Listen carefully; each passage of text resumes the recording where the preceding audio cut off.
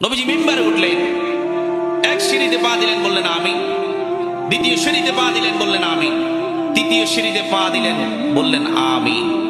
সাহাবাই কেরাম অবাক হয়ে গেলেন, জিজ্ঞেস করলেন, ইয়া রাসূলুল্লাহ, ইয়া হাবিবাল্লাহ, তিনটা সিঁড়িতে আপনি উঠলেন, আমিন আমিন বললেন, অন্য কোনোদিন আপনাকে দেখলাম না, কেন আমিন বললেন, কি কারণ?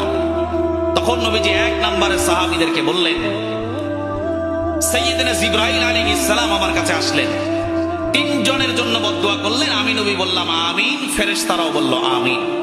এক নাম্বার, জিবরাইল বললেন ওই ব্যক্তির জন্য ধ্বংস যে মা বাবা দুইজনকে পেল কিন্তু জান্নাত কুড়িয়ে নিতে পারল না।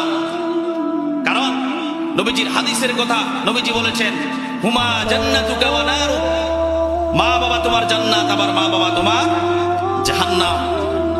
সেই কারণে জিবরাইল আলাইহিস সালাম আমাকে আমার কানের কাছে এসে বললেন, ওই ব্যক্তির জন্য ধ্বংস যে মা বাবা দুজনকে পেল কিন্তু তার গুনাহগাতা মাফ করতে পারলো না। জিবরাইল আমিন বললেন, আমি নবীও আমিন বললাম, ফেরেশতারাও আমার সাথে মিলায়ে বলল আমিন। এরপরে দুই নাম্বার, নবীজি বললেন ওই ব্যক্তির জন্য ধ্বংস, জিবরাইল বললেন ওই ব্যক্তির জন্য ধ্বংস যে রমাদান আল কারীম পেল কিন্তু তার গুনাহগুলো আল্লাহর কাছ থেকে মাফ চেয়ে নিতে পারলো না। ওই ব্যক্তি ক্ষতিগ্রস্ত, হতভাগা, দুর্ভাগা, পাপিষ্ঠ, জাহান্নামী। জিবরাইল বললেন আমিন, আমি নবী বললাম আমিন, ফেরেশতারাও আমার সাথে বলল আমিন।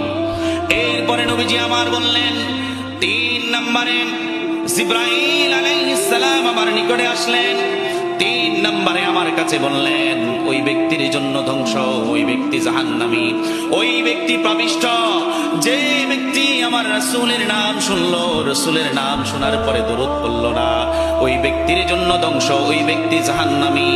আমি নবীও বললাম আমিন, আমার সাথে মিলায়া বলল ফেরেশতারা আমিন।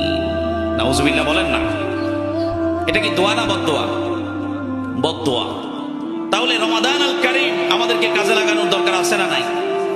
মা বাবার খেদমত করার দরকার আছে না নাই? দূরে থাকেন, খোঁজখবর নেওয়ার দরকার আছে না নাই? রাসূলের নাম শুনলেই মনে মনে বলবেন সাল্লাল্লাহু আলাইহি ওয়াসাল্লাম।